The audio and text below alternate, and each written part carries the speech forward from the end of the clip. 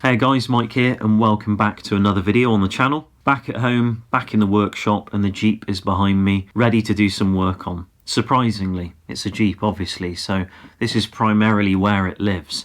4 years back, if you watched those videos of the original build series before we travelled Europe, I did a lot of major work on the Jeep back then. Frame stiffeners, rock sliders, all sorts of stuff to future-proof and toughen up the vehicle for whatever was down the line. But one job I did do was reinforce the drip rails. I wasn't very happy with the way they were before, and putting a roof tent and lots of heavy gear on top, I thought to myself, well, I really should future-proof this so it's much stronger going forward. And I like a lot of the other roof rack designs where it has a long strip with rubber underneath it that distributes the load into the original rain gutter or drip rail.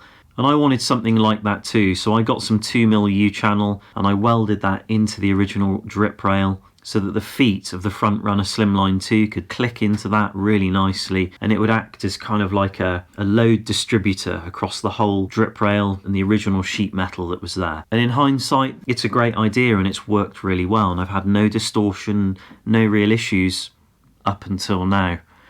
And that's really where this video starts. If you look at the front of the vehicle, you will see a small crack in both sides in exactly the same place, and rust is forcing the two pieces of metal apart in that area. And basically I have to get it all apart and see what's going on under there and see how bad it really is.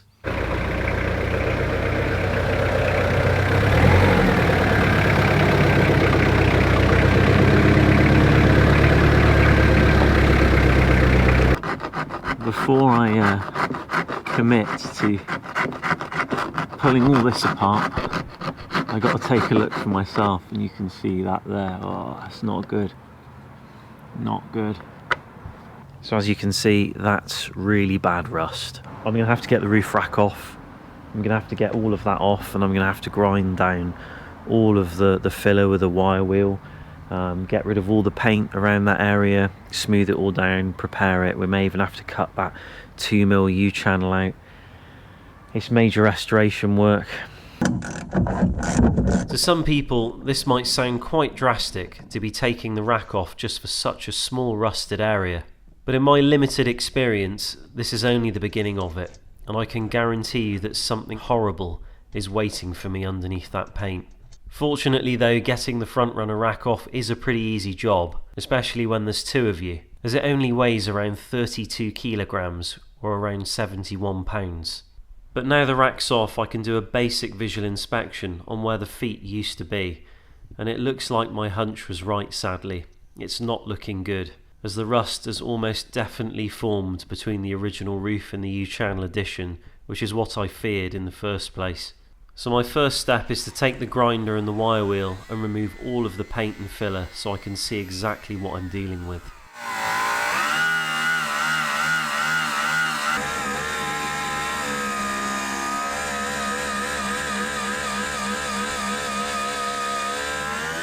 Now that all the metal is exposed, this is the horror that lurks beneath. A hack job of metal on metal, and the perfect conditions for rust sandwiches to form.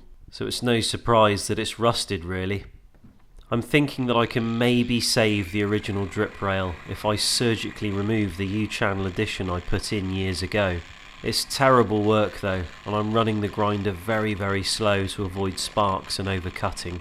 But this is not something I can rush, and I really have to take my time on this, because the sheet metal beneath the U-channel is very thin.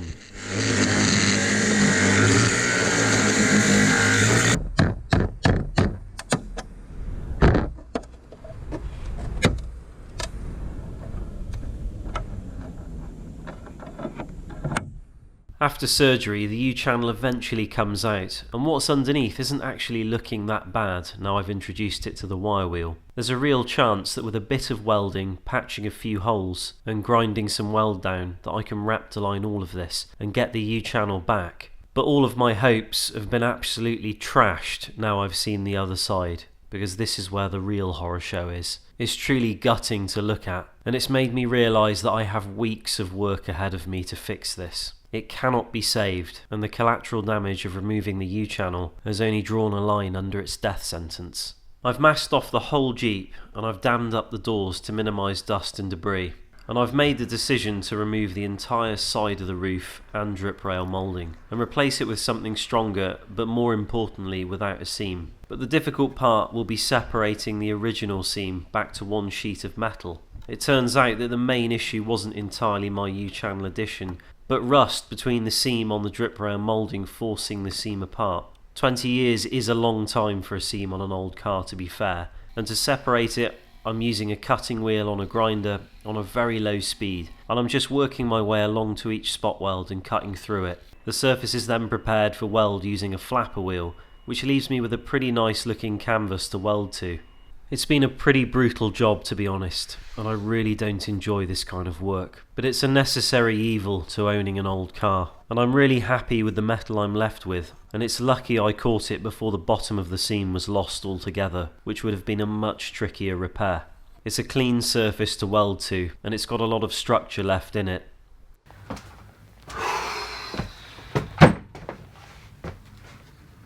That was a horrible, horrible job. I hate work like this. Well, I'm a little bit cleaner now, and we're actually a few weeks into the future from when you last saw me doing that preparation work, for a number of reasons. One, bodywork always takes a long time, and it's really the preparation work that takes the longest. And two, I've got a cold, you can probably hear it. Well, I had a cold, the whole family did, for over a week. We were locked up inside.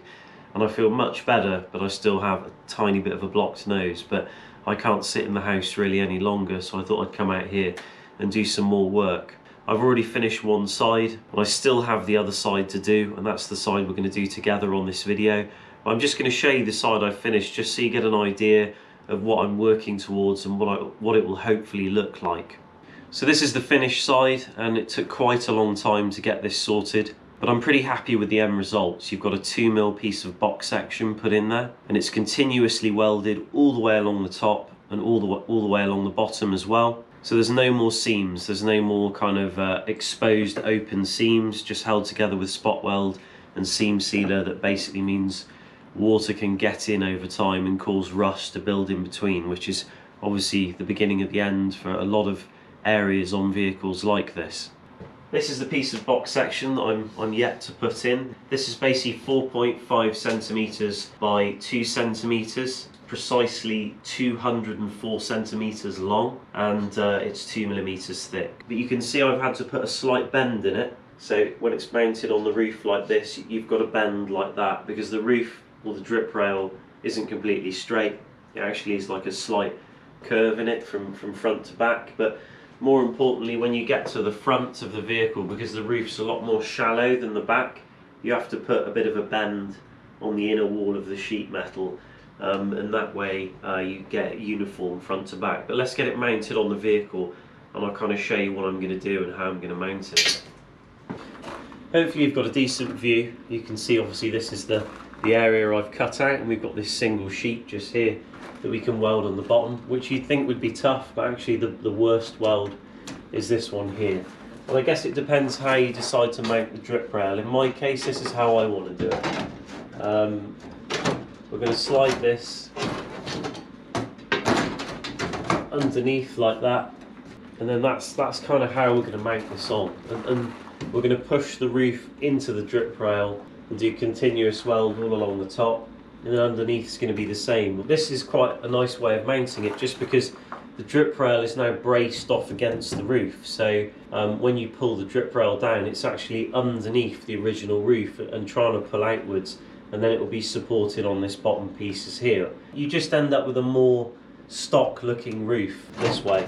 So that's how it's going to be. So I've got the welder set up at 17.2 volts at 4 amps, and the bottle's on 6 litres per minute. I'm running out of gas and wire, so I'm going to try and stretch it for this project, but I think after this I'm going to need another bottle and a new reel of wire, and I'm using 0.8, and that's giving me pretty good results really. I'm just going to get this spotted in now all the way along, so a bit of spot welding here and then move over here to do some, and that'll kind of get it in position, and then it's really time to start kind of burning it in really along the top, and I do the bottom last. because then it can just be manipulated and moved around.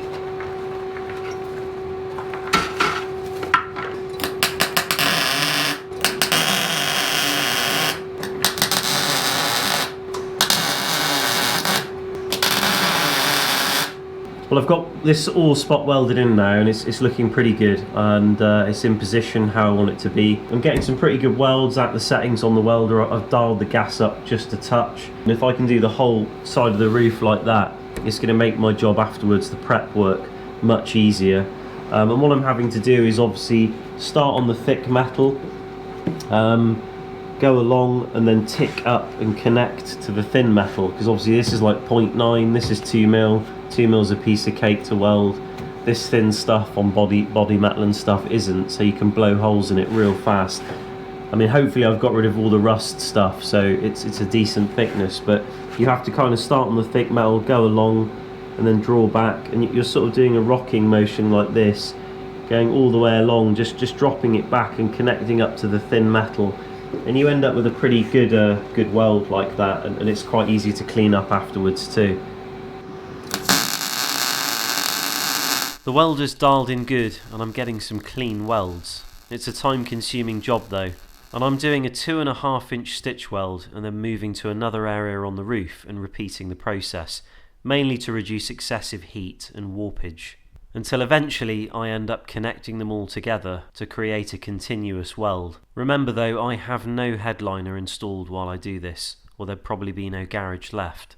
Well, I've been blasting away on this drip rail now for not too long. Not all of the welds went great, but what I was having trouble with is what I mentioned earlier, the cavity wax still in some places where I haven't been able to clean it properly from the other side, kind of getting hot, coming down, you know, causing a bit of spitting and you know, causing some issues there. But all in all, I'm pretty happy with the way it's gone. But now we've got to do the underside lip, and what I'm going to have to do is position the drip rail how I want it.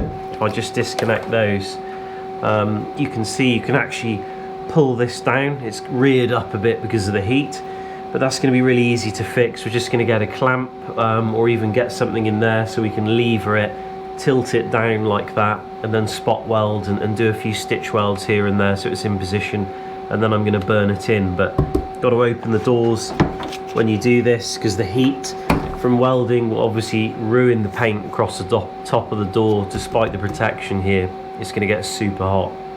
Before I get going here and do this welding, you can see it's really easy to manipulate this and weld it, and even towards the back you can start to pull this down and kind of twist it all up, because it's just welded to sheet metal at the end of the day. But I'm going to leave a slight gap when I weld this, just to create a bridge of weld in between, so when I grind down the face of it and kind of blend the two together later on, like you saw on the other side, it gives a much cleaner finish, but still retains a bit of strength in the weld, rather than just kind of getting it flat up against it and grinding it as flat as possible to make it look uniform. Having a little bridge like that, or a step with a kind of bridge of weld in between, is a bit tougher.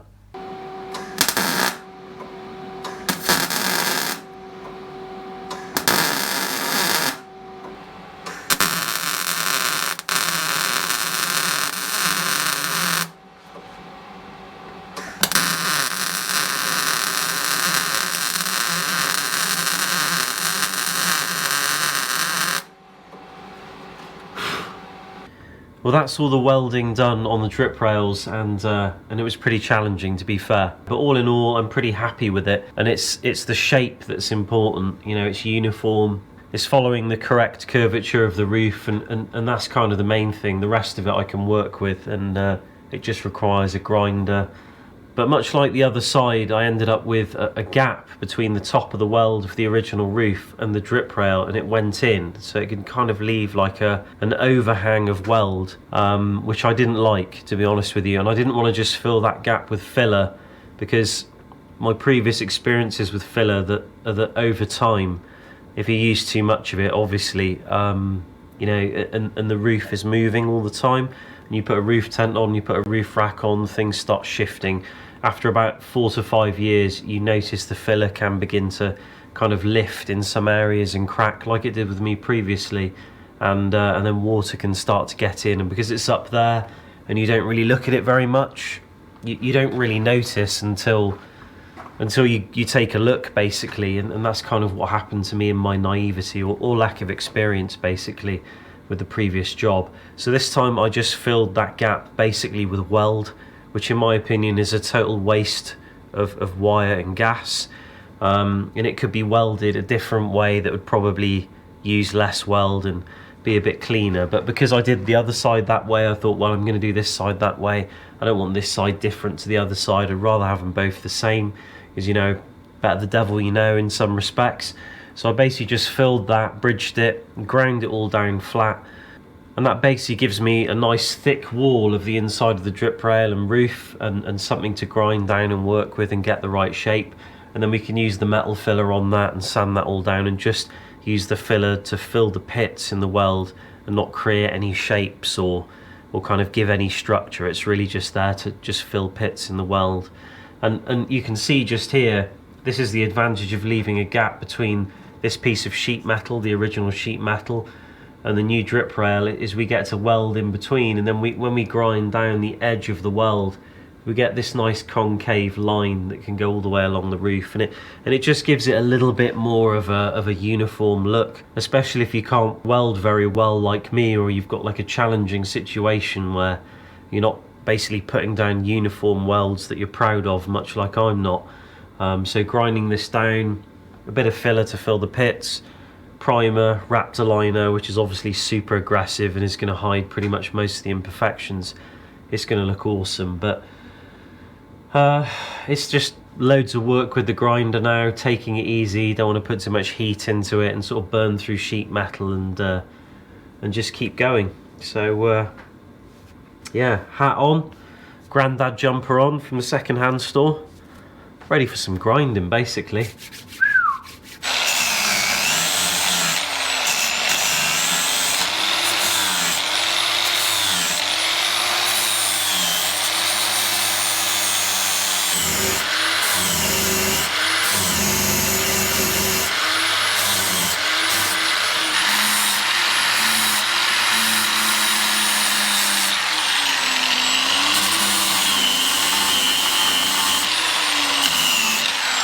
So that's all of the welding and the grinding finished on the drip rail. It's in place, and even though we've ground down a lot of the welds, they're still very, very strong given the way it's been put in and the amount of weld that was put down. But in order to go forward, I need to use some filler now. I'm going to use Hagman's chemical metal. That's what I used on the other side, and it came out really well. And this is really for patching holes in fuel tanks and jerry cans and then filling them up with fuel again. So it is waterproof, it is chemical proof, and it should fill all of the pinholes, if there are any in those welds, all of the little recesses that, you know, I don't want to just keep pumping weld into, because it's just a waste. And this should last, you know, going forward, hopefully for many, many years. So we'll get this mixed up and yeah, start putting that on. Old Uncle Hagman would be proud, wouldn't he? Right. Sorry. Where's my thing gone? Yeah, right, there it is. Can't say I've ever measured this stuff out in my life. Maybe that's where I'm going wrong.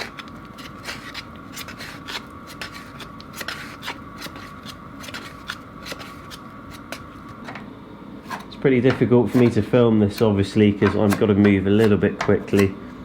But I don't know, most people out there have probably done this sort of thing before.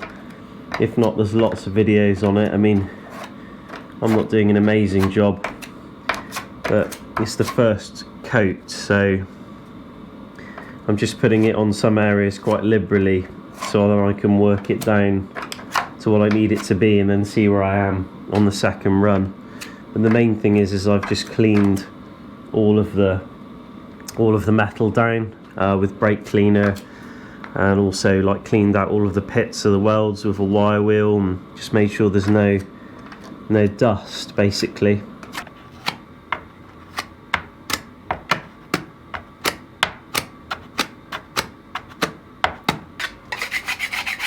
So all of the filler's on, and I put it on quite liberally over some of the areas, and my intention is obviously to work that down to what's needed. So it looks excessive, but you know, it's not really, it's better to have a little bit too much on and then take that back rather than try and really get it flush. And then when you start sanding it, you realise, you know, you've got a bit of a divot and then you've got to put more on. So better just to pile it on sometimes. But it just means more sanding, and we'll see how it goes with the old orbital sander. The filming of the work I'm doing might come across a little bit brief in parts, but it's a challenging job, and many of the working segments, like welding and grinding, can be hours long for me to do. Sanding the filler, for example, takes a very, very long time, but hopefully this video has done the job some justice. Oh.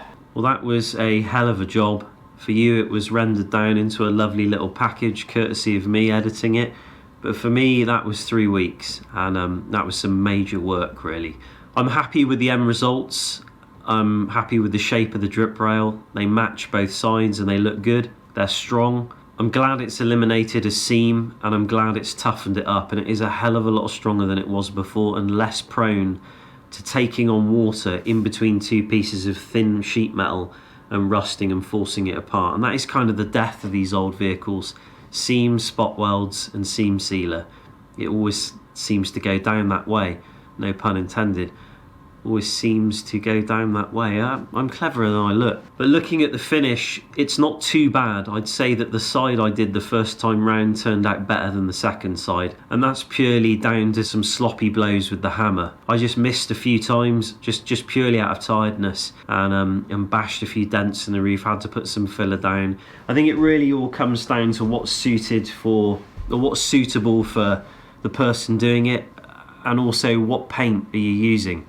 In my case, I'm using bed liner. It's very heavy duty. When you put it on at about 60 psi, you get a very aggressive bed liner look to it, and it basically hides almost 80% of imperfections. If you were going to use gloss paint, the finish I've done, not suitable at all. But I think, coming back to it, I hope this filler is the right choice. I know it's a heavy duty waterproof filler and it's like a liquid metal, and you can see on the drip rails I've ground it down just so I'm using enough of it just to fill the pits in the weld.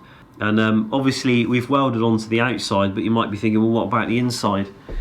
Well, this is where we come back to like a cavity wax product like Dynatrol 3125.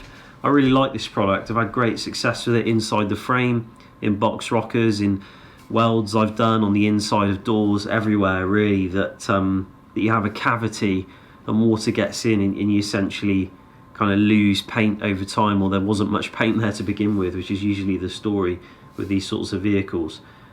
This creeps up to about 20 centimeters, but you really do have to make sure the panel's hot. If you're putting this in like 11 degrees outside, it's just not going to work. I'd preheat the garage to like 25, 26 degrees with the diesel heater on full bore, even running a hose into the vehicle and pumping the vehicle full of hot air, so all the sheet metal's really warm before I use this.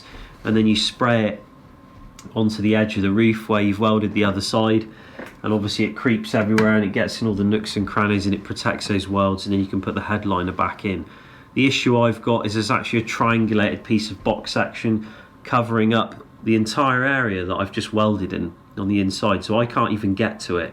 So I wanted to hammer metal out on panels if I wanted to do any of that. If I wanted to brush that down with a wire wheel and paint it, I can't get to it without physically cutting away and removing that panel, addressing the area, and then putting it back in and welding it. And I'm just not prepared to do that. I'm just not interested in doing that really. I think that repair I've done is adequate enough for my standards and for the finish I'm using. So all in all, it's been a pretty long-winded video. It's taken me quite a few weeks to film this and get this sorted. But thanks for watching. Hope you enjoyed the video. If you've got any suggestions for me, if you've got any suggestions about this job, I haven't painted it yet, even now releasing the video. So there's still time if you think that maybe something might go wrong with what I've done, and you've got any suggestions for me. Thanks for watching. See you in another video. Take care.